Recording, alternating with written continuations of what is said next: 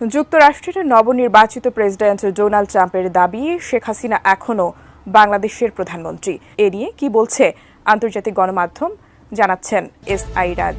এই সমন্বয়কে গণপিটুনি দিল আওয়ামী লীগ মানে দর্শক শ্রোতা, ডোনাল্ড ট্রাম্প শপথ করার পরে বাংলাদেশের প্রধানমন্ত্রী শেখ হাসিনাকে নিয়ে কি কথা বললেন? দর্শক শ্রোতা, আমাদের চ্যানেলে যারা নতুন এসেছেন তারা সাবস্ক্রাইব করে পাশে থাকুন। দর্শক শ্রোতা, আমি বেশি কথা বাড়াতে চাই না, আপনাদেরকে নিয়ে মূল ভিডিওতে চলে যেতে চাই। দর্শক শ্রোতা, এটা কি হইল? ছাত্রলীগে এবং ছাত্রদলে কি আন্দোলন হইল? দর্শক চলুন দেখা যাক, মূল ভিডিওতে চলে যাই। ভাইয়ের মাথা ফাইটটা চোখ টুকিয়েছে, আমিও চোখে দেখি না।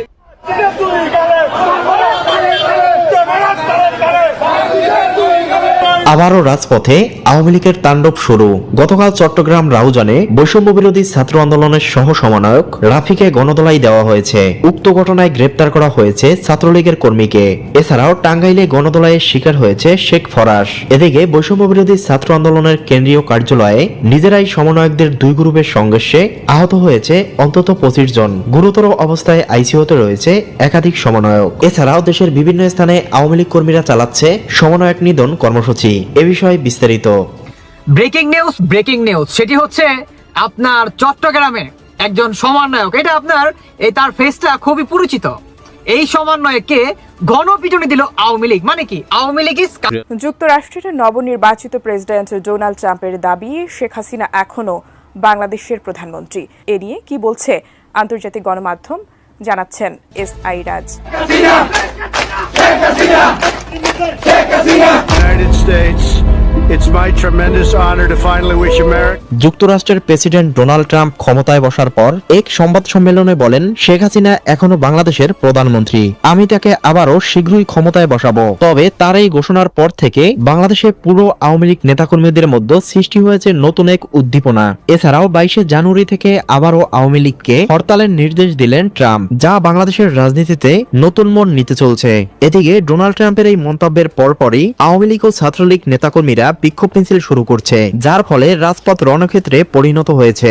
আওয়ামী লীগের নেতাকর্মীরা বলছেন, ট্রাম্পের এই সিদ্ধান্ত শেখ হাসিনাকে নেতৃত্বে ফিরিয়ে আনতে আবারও সাহায্য করবে। কিন্তু প্রশ্ন হচ্ছে, ট্রাম্প হঠাৎ কেন এরকম ঘোষণা দিল? আন্তর্জাতিক রাজনীতিতে কিবা প্রভাব ফেলবে? এছাড়া বাংলাদেশের রাজনৈতিক অবস্থা কিভাবে পাল্টে যেতে পারে? ট্রাম্পের এই মন্তব্য শুধু রাজনীতি নয়, আন্তর্জাতিক অঙ্গনে বাংলাদেশের রাজনীতি নিয়ে নতুন প্রশ্নের জন্ম দিচ্ছে। প্রিয় দর্শক, এ বিষয়ে আপনার কি মতামত জানিয়ে দিন কমেন্ট বক্সে। এছাড়া ভিডিওটি ভালো লাগলে একটা লাইক দিয়ে চ্যানেলটি সাবস্ক্রাইব করে পাশে থাকুন। এই সমন্বয়কে গণপিটুনি দিল আওয়ামী লীগ মানে ভাইয়ের মাথা ফাইটটা চোখ টুকিয়েছে, আমিও চোখে দেখি না।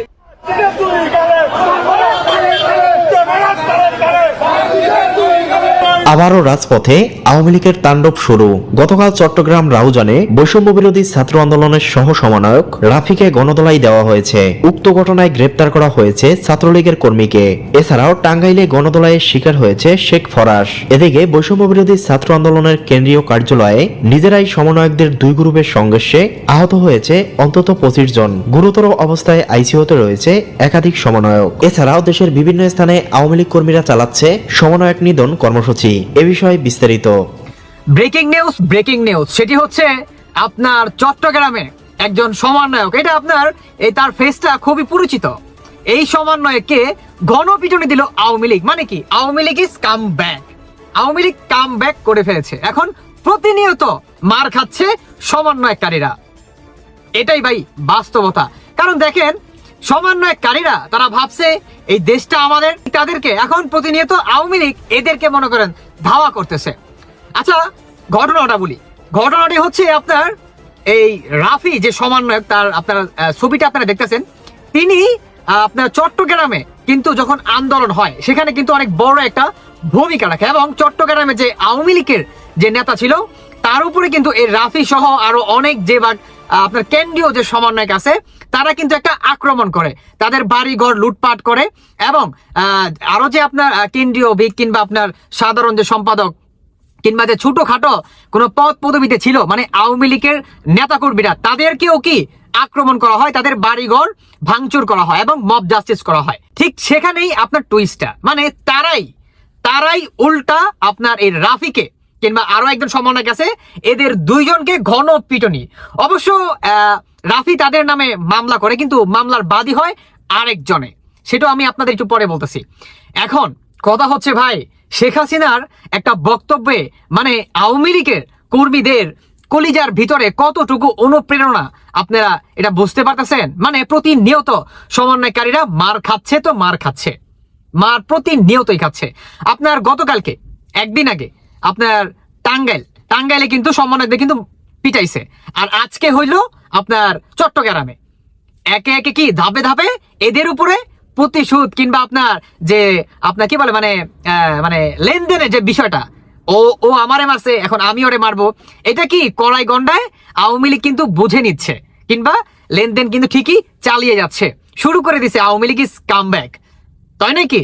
কিন্তু এখানে মজার বিষয় হচ্ছে ভাই, আওয়ামী লীগ কিন্তু পিটাইছে, কিন্তু রাফি থানায় গিয়া মামলা করে হচ্ছে আপনার, কিন্তু সেই মামলার বাদী হয় আরেকজনে। মানে রাফি মামলা করে আর মামলার বাদী হয় আরেকজনে। সেই বাদীটা কে হয়? রাফি কেন এই মামলার বাদী হলো না? আপনারা অনেকে জানেন, বেশ কিছুদিন আগে সমন্বয়ক হান্নান মাসুদ তিনিও কিন্তু মার খায়। মানে আওয়ামী লীগ কিন্তু কঠিনভাবে কিন্তু আপনার হান্নান মাসুদ কিন্তু পেটায়, এবং হান্নান মাসুদ নীরবে এটাকে কি হজম করে নেয় যে আমি একজন সমন্বয়ক, এখন এটা যদি ভাইরাল হয়ে যায়, কোনোভাবে যদি মিডিয়াতে চলে আসে, তাহলে তো আওয়ামী লীগ মাথা চারা দিয়ে মনে করেন জেগে উঠবে, এবং আমার সম্মানও থাকবে না, কারণ আমি একজন এত বড় সমন্বয়ক, বা আমাদের সমন্বয়কের যে টিম আছে এই টিমের তো কোনো সম্মান থাকবে না, তাই নয় কি? এটার জন্য কি হান্নান মাসুদ তিনি চেপে যায়, কিন্তু রাফি কিন্তু মামলা করে, কিন্তু সে আবার সেই মামলার দাবি হয় আরেকজনে। এখন এই মামলার দাবিটা কে হয় এটাও কিন্তু আমরা খুব ভালোভাবে জানি। এখানে জামাত আর শিবির ছাড়া দাবি মনে করেন কেউ হবে না, এরও চিরন্তন বাস্তব কথা, কি এটাই বাস্তব কথা। এখন আরেকটি কথা বলি, সমন্বয়ক হাসনাত আর হচ্ছে সার্জিস, এখন দেখার সময় হচ্ছে এদের কবে পিটাইবে। সত্যি কথা বলতেছি, এখন দেখার বিষয় হচ্ছে এদেরকে কবে পিটাইবো, বাস এই দিনটার আশায় রয়েছে প্রতিটি সমন্বয়ক। তারা ভাবে এই দেশটা আমাদের সবার, কিন্তু এরা হয়তোবা ভুলে গেছে যে আওয়ামী লীগ দলটা হচ্ছে 47 সালের দল। এই দলটার কোটি কোটি জনগণ আছে, কোটি কোটি ভোটের অধিকারী এই দলটাকে আমরা কিভাবে আমরা বাদ দিতে পারি, ছাত্রলীগকে আমরা নিষেধাজ্ঞা করতে পারি, আর হচ্ছে আওয়ামী লীগকে আমরা নির্বাচনে আসতে দেব না। মানে কত বড় স্পর্ধা তাদের। তারা ভাবছে কি যে আমরা দেশটা কিনা নিছি, দেশের মাথা কিনা নিছি। 1971 সালকে আমরা মুছে ফেলে এবং 72-এর সংবিধান আমরা মুছে ফেলে আমরা এই 2024-এর সংবিধান আমরা নিয়ে আসবো না, তাই না? আর যারা নাকি আপনার দেশকে স্বাধীনতা আনছে, যারা নাকি স্বাধীনতা পক্ষের লোক বা জনগণ, এরা আমাদের কিছুই বলবে না, তাই না? আপনারা এটাই তো ভাবছেন যে এরা চুপচাপ হজম করে নেবে। কি হজম করতেছে? উল্টা আপনাদেরকে মনে করেন হজম করাইতেছে। কি ভাল লাগতেছে না? প্রতিনিয়ত আপনারা মনে করেন মার খেয়েই যাচ্ছেন, প্রতিনিয়ত। আপনারা মায়ের আরো খাবেন, কেবল তো শুরু মাত্র। কারণ আপনাদের ভিতরে যে পরিমাণ লুটপাট, চাঁদাবাজি এবং দখলবাজিতা, আর সবচেয়ে বড় কথা হচ্ছে আপনাদের নিজেদের ভিতরেই বর্তমান আপনার নিয়ত ঠিক নাই। আপনাদের নিজেদের ভিতরেই মনে করেন এই দ্বন্দ্ব মনে করেন লেগেই আছে। কে হবে আসল সমন্বয়ক, কে হবে নকল সমন্বয়ক, কে হবে অমুক ফাউন্ডেশনের আপনার প্রধান, কার মাধ্যমে কোন টেন্ডার আসবে, কে কোন চেয়ারটায় বসবে, আপনারা বর্তমান এগুলা নিয়ে মনে করেন ব্যস্ত।